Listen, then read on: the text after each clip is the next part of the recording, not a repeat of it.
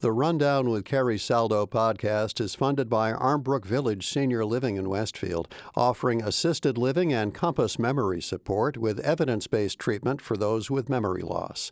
More at armbrookvillage.com.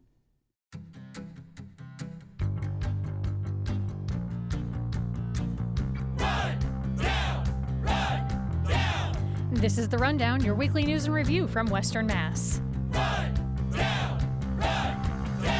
I'm Carrie Saldo. It's Friday, November 8th, the post-election edition of The Rundown. Two former lawmakers and a journo join us today. That journalist, Jim Kinney of the Springfield Republican newspaper, the lawmakers emeritus, state senator, and current Edward M. Kennedy Institute for the United States Senate CEO, Adam Hines, and Eric Lesser, senior counsel at WilmerHale, also a former state senator from the 413. Good morning, everyone. Good morning. Great to be here. And Good morning.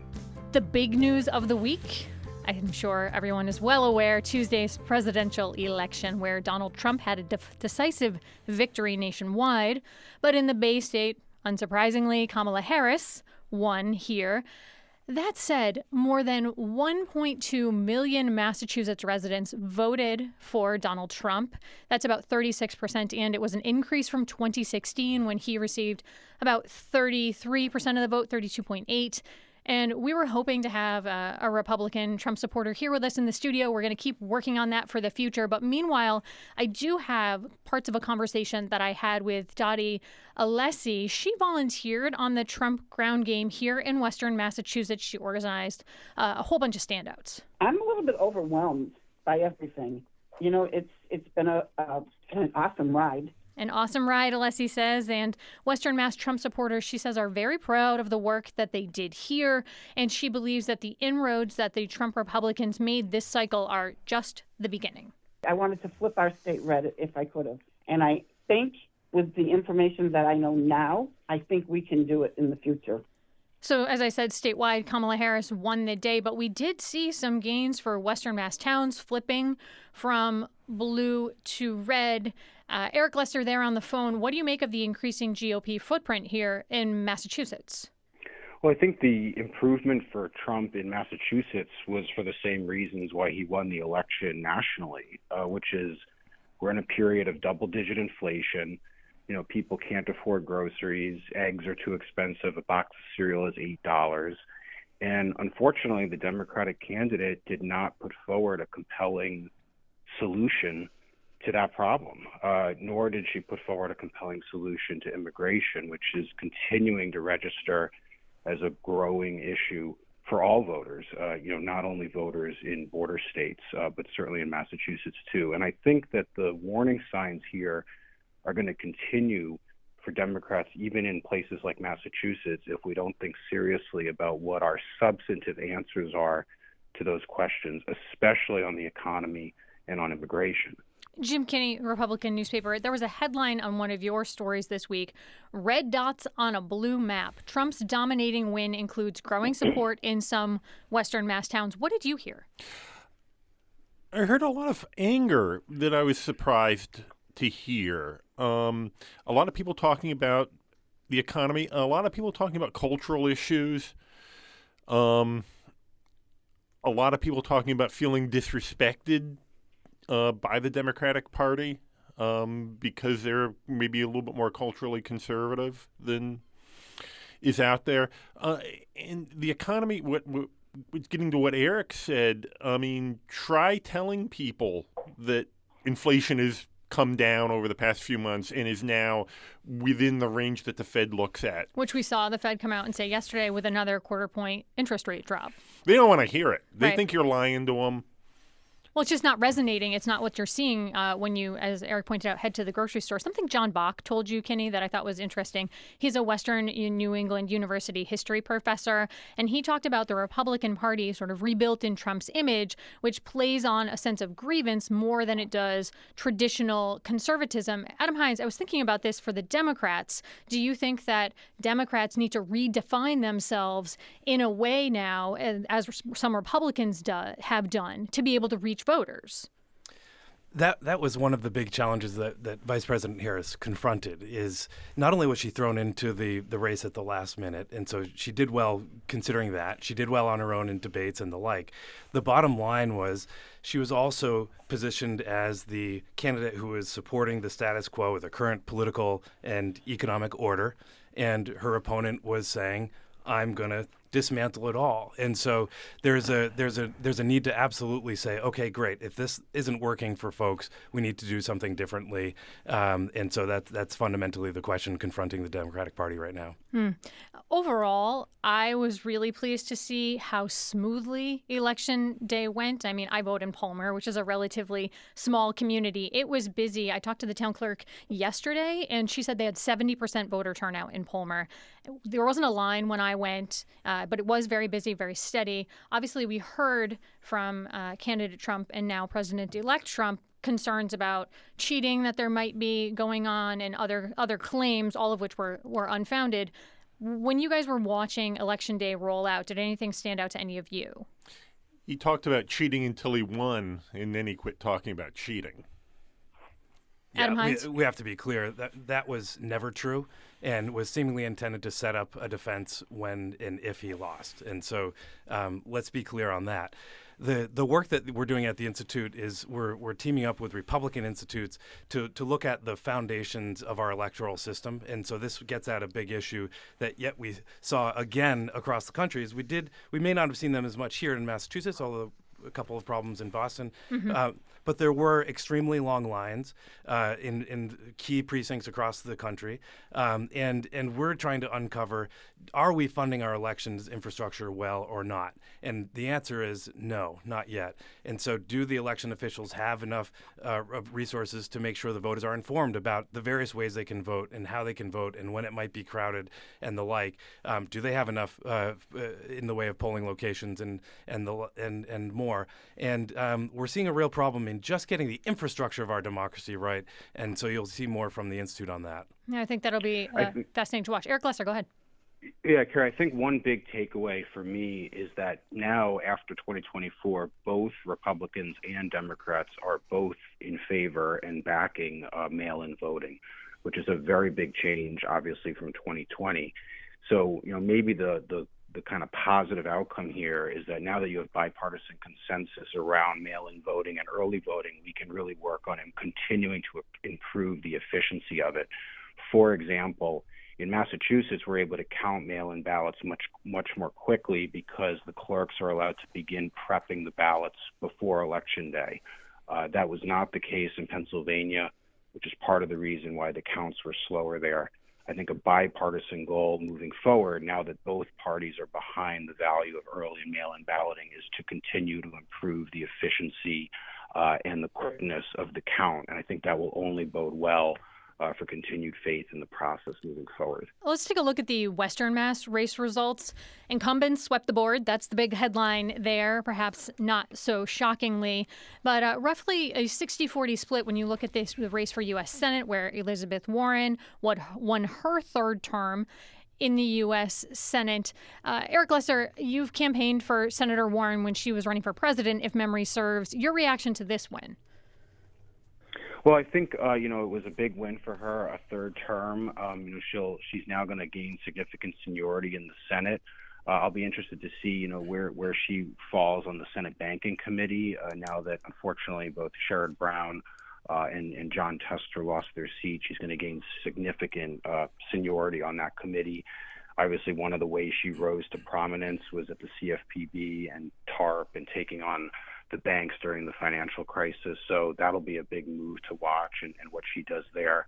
I think Senator Warren is someone to watch because she has historically had an ear to the consumer issues and to, frankly, populist and corporate power in this country and what it's doing to middle-class people. I think if she focuses in on that message, there will be a lot of resonance there. So I think she's going to be somebody to watch. Looking at John Deaton, who was her Republican challenger, he only moved here in February. He's a political newcomer, very little name recognition, and yet he landed 40% of the vote in that race. And I talked to Dottie Alessi, the Republican Trump supporter, about that. She said for her vote, she sat that race out because she was frustrated that the quote-unquote Republican candidate, she felt like he was a Republican in name only. If he wasn't supporting the top of the ticket, he wasn't getting her vote. Obviously, not every Republican voter in Massachusetts felt that way. Adam Hines, Democrats, do they need to be concerned about the level of support for Deaton, a virtual unknown? No. So, we would go through this exercise in my state Senate seat where even when you had somebody who was doing a little more than putting their name on the ballot, you would expect a certain number of essentially non-democratic voters to vote for that person, or even a blank spot. And so I think that's a fundamental, and those numbers are probably about right when you think of, okay, well, where is the Democratic base? Where are the independents who are voting for Democrats? So I think that's just a reflection of the electorate more than the candidates. Really, even though I was looking back at the Jeff Deal numbers when he ran, and it looks like Deaton did about 4 percentage points better than Deal, who did support Trump. So there's something in my mind that I'm not quite able to line up as of yet. I think a lot of voters didn't realize that Deaton didn't support Trump. They just saw an R next to his name and flipped it. Actually, that was Dottie Alessi's point to me as well. She was concerned that people just aren't necessarily paying close enough attention to the election and looking at letters only. All right, let's take a look at the U.S. House seats in the 413. We saw incumbent Democrats Richard Neal and Jim McGovern each face challengers from independent candidates. Jim Kinney, you looked at the Shea challenger, Cornelius Shea, and the Jim McGovern race. What are you walking away with? Shea tried to tap into kind of the populist message and a lot of the stuff that people are talking about with the Democratic Party, that it's too liberal, was left behind the working class. But with no money and no name recognition, very hard to get any traction, especially in a district that's very liberal, that's been drawn to be very liberal. All the moderate towns are in Neal's district. All the liberal towns are in McGovern's. And to Adam Hines' point earlier, so Nadia Milleron, who was the incumbent challenger to Richard Neal, drew about 37% in her race, and Shea about 31% in his race. But when I pulled the campaign finance, I'm not sure if he hasn't filed everything yet, but I saw $650 attached to Cornelius Shea's effort there. So, I mean, not a bad bang for the buck at 31% of the vote, as far as I'm counting those numbers. Eric Lesser, your thought on either of these races?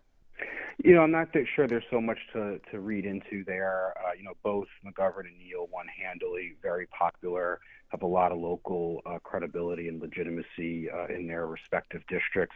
I think what's, the more interesting question is what role McGovern and Neal are going to be playing in the new Congress with the House so narrowly split. It does look like the Republicans are going to hold the majority, but it will be very, very close. And as soon as the dust settles on the election, all eyes are going to turn to the Super Bowl of tax, which is going to be coming up in 2025, which is the expiration of the 2017 Trump tax cuts. And Neal, as either ranking member or chair of Ways and Means, will be in the center of that debate. So there's quite a lot of activity to be paying attention to from both of our Western Mass members, and I think that's really where the focus is going to move pretty quick. Associated Press at last report 9:17 this morning saying that the GOP has 211 seats in the House and the Dems 199. Obviously 218 needed for the majority there. Let's take a quick look at the state House races. Lone open seat, the Democrat Lee Davis beat Mary Beth Mitz, an independent they were both running for the 3rd Berkshire District in southern Berkshire County. And then the 3 incumbents that faced challengers in those House and Senate seats kept their job. The 4th Hamden Republican seat goes to Kelly Peace, Independent Susanna Whips in the 2nd Franklin, and then Senator Paul Mark will return to represent the Berkshire, Hamden, Franklin, and Hampshire District. Adam Hines, I'm looking at you. That was your former seat. We know that one's near and dear to your heart there, former senator. But interestingly, David Rosa, the challenger the Republican challenger, used the Senate rules to his advantage, and he didn't live in the district when he sought to represent the seat. Should that rule be changed? It's really fascinating that you would last I saw, it was weeks out, and he still hadn't established his residency. And so it's an interesting strategic choice for running in that seat. I think the reality is, Paul Mark was going to win by a long shot. This person, you need name recognition. You need to be doing the work on the ground. Lee Davis was exactly that, by the way. She's somebody who's been for years and years and years as an active select board member, as an activist throughout the county on issues of importance. People knew that she was going to be fighting for them in the state house, and that showed in the final numbers. So, congrats to all of them. It's a district that runs from Williamstown to Southwick, by the way. So you should be able to find a place to live somewhere within a third of the state. Larger than Rhode Island. And geographically. Senate rules there, though, say you only have to live there as of Election Day. All right, we're going to take a quick break now. When we come back, the yays and nays on the ballot question and what happens next. This is The Rundown on 88.5 NEPM. I'm Carrie Saldo. Stay with us.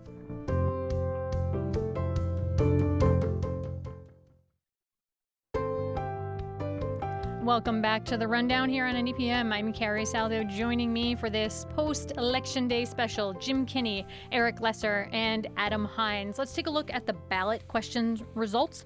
Voters said that basically they want 3 things to change and 2, status quo. Question 1, which called for the audit of the legislature, saw huge support. More than 71% of voters, some 2.27 million people, say that they want the state auditor, currently Diana DeZoglio, to have the power to investigate the legislature. Jim Kinney, State House and the Senate are exempt from state open meeting and public records laws, which, as a journalist, we tend to like those laws. Do you think that we're embarking on a new age of legislative transparency? DeZoglio would certainly want to have that happen, and she's been relentless on this issue, showing up everywhere and talking about it. You talk about boots on the ground campaign. She did that on behalf of this question. And I think that vote kind of also reflects the distrust in government that we saw in the other races. Eric Lesser, Diana DeZoglio, current auditor, but also former lawmaker, has consistently argued, as Jim Kinney pointed out, that Massachusetts legislature is among the country's least transparent. You spent time in the Senate. Do you think she's wrong? Well, first, hands off to Diana. She ran an incredible campaign here and really overcame quite a lot of obstacles. Adam and I have worked with her. We know how focused she is. I do think it's not a surprise that it ultimately passed. I think it'll hopefully be a good thing. I don't think we want to necessarily overplay what an audit means. It's not the same thing as the public records law or access to emails and things like that. But I think at a base level, it's going to help provide the public with some level of transparency about how money is spent and how the legislature operates, which I think over the long run will probably be for the best. Now, Democratic leaders in the run-up to the election would not rule out a full repeal of this. And the Boston Globe reported this week that the leaders quickly signaled that they could pursue changes to it, nodding to their long-held concerns that an audit of the chambers could, quote, violate the constitutional separation of powers between branches. Adam Hines, I think the average person might look at that and say, this is kind of high-minded stiff-arming on the part of these Democratic leaders who maybe want to avoid some oversight. What do you think? There's a history amongst legislators who don't want to push back too much on what the electorate says, and so we'll watch that again this time. But I think Eric and I were involved in the marijuana ballot initiative, and there is a desire on the legislature to say, okay, let's take a step back and make sure there are no unintended consequences on how the bill was drafted or otherwise. In the marijuana and cannabis example, we were looking at the cost affiliated and the taxation and revenue that could be generated, and those types of things that were adjusted after the fact. And so, there's a natural set of guardrails around how do you make sure the democratic voice of the people is observed. And, where is it that we can make sure that balance of powers, that checks and balances are honored? And so you could see maybe, I would imagine they're talking about things like, are there parameters on which areas are eligible for audits and which still need to be protected for various reasons? Moving on, it was just over a 20-year ride for the Massachusetts Comprehensive Assessments, the MCAS, as we typically call them. Public high school students in Massachusetts will no longer need to pass these exams to graduate because Massachusetts voters said, it was time for some change here. It passed by about 18 percentage points. Reaction to this change from any of the panelists? I know, Adam Hines, you worked on education quite a bit when you were in the Senate. I did, and you made something clear. The test will still be administered. It just won't be required that you pass them in order to graduate it with a diploma, because federal law does say that we need to have school assessments, so you'll continue to take them. And that provides important data around funding allocation and the like. So now it's up to the Board of Education to determine what those requirements will be, so that you can demonstrate excellence in English and math and the like. And there's still a few things. Oh, go ahead, Jim Kinney. How will this change the world of the vocational technical schools? Because that's been a bugaboo. Because those students tend not to do as well on the test. They spend less time in classrooms and more time learning their trade and are drawn to that. Eric Lesser, did you have additional thoughts on that? Yeah, no, I think Carrie, Jim really hit on it. I mean, I think this ballot question was another example of some of the populist backlash that we've seen across the country and certainly in Massachusetts also.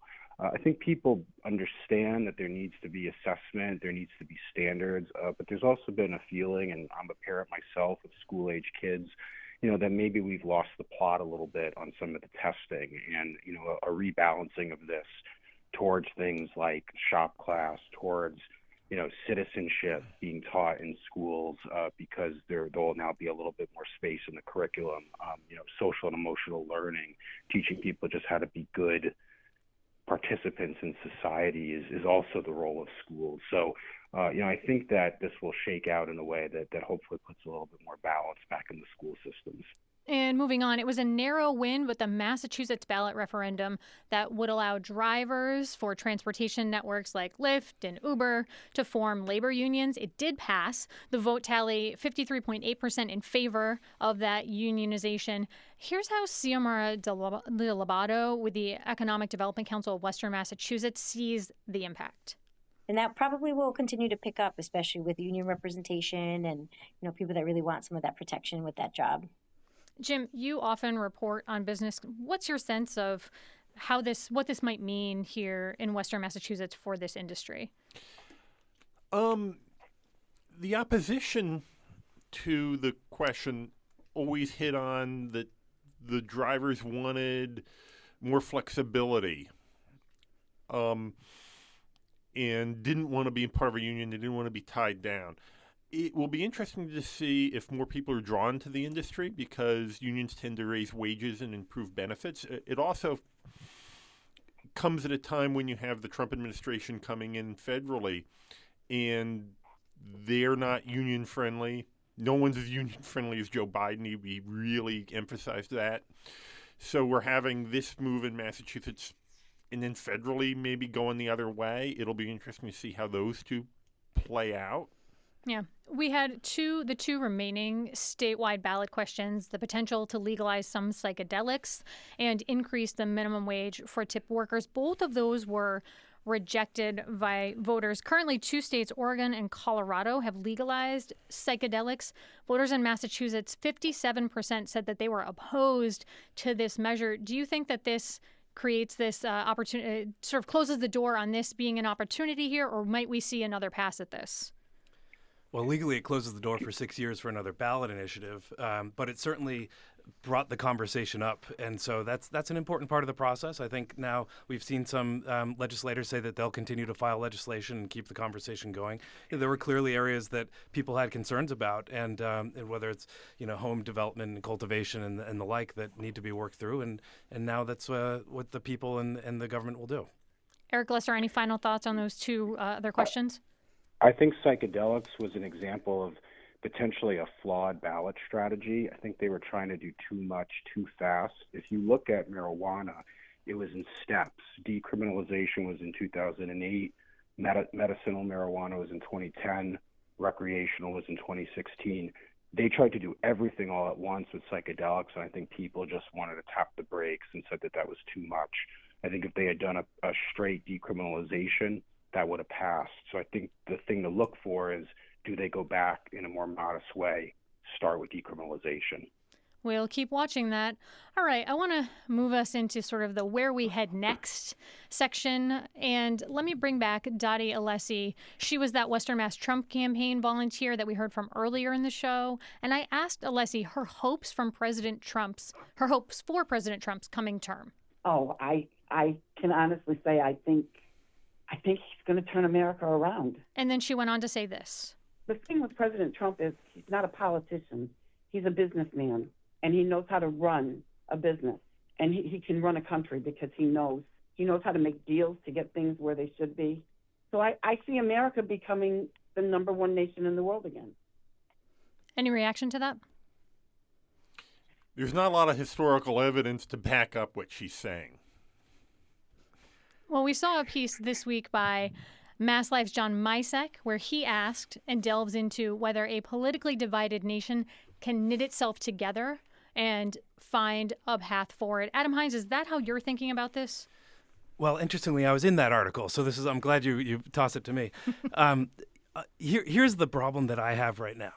We've been pretty good in the last 8 to 10 years in dissecting what is driving our divisions in our country. People often point to things like information silos and status anxiety, reactions to economic shocks, the fact that we're diversifying as a country, and our own geographic sorting.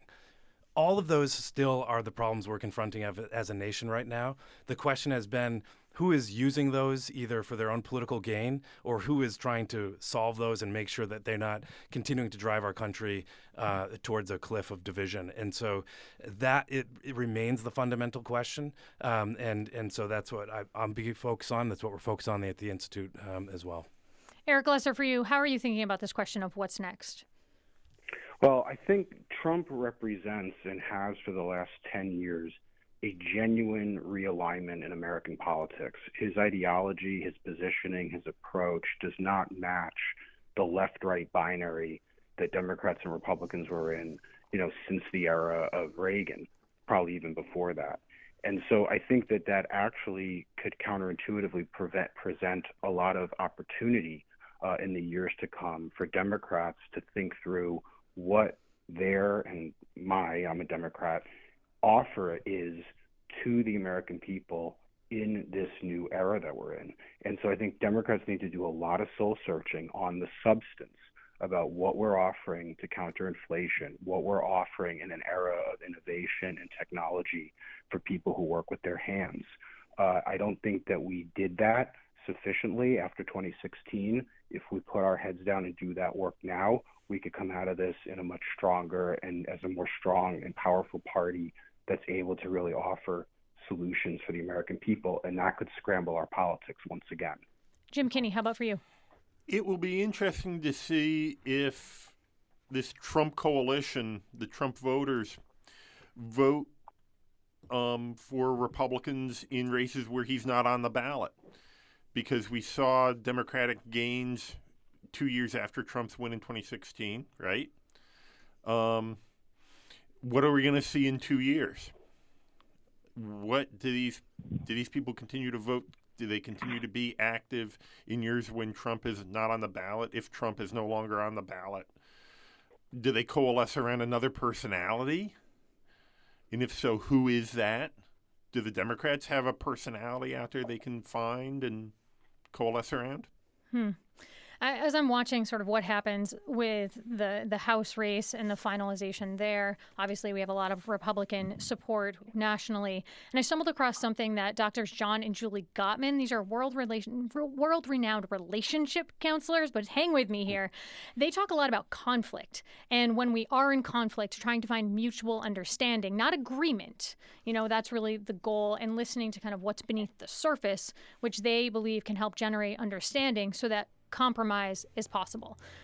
That's where I'm landing today. Thanks for listening to The Rundown. My thanks to this week's Rundowners, Jim Kinney, Adam Hines, and Eric lesser. You have been listening to The Rundown. Happy birthday to the Vice President of the Saldo family, Dave Saldo, my dad. Love ya. Have a great day.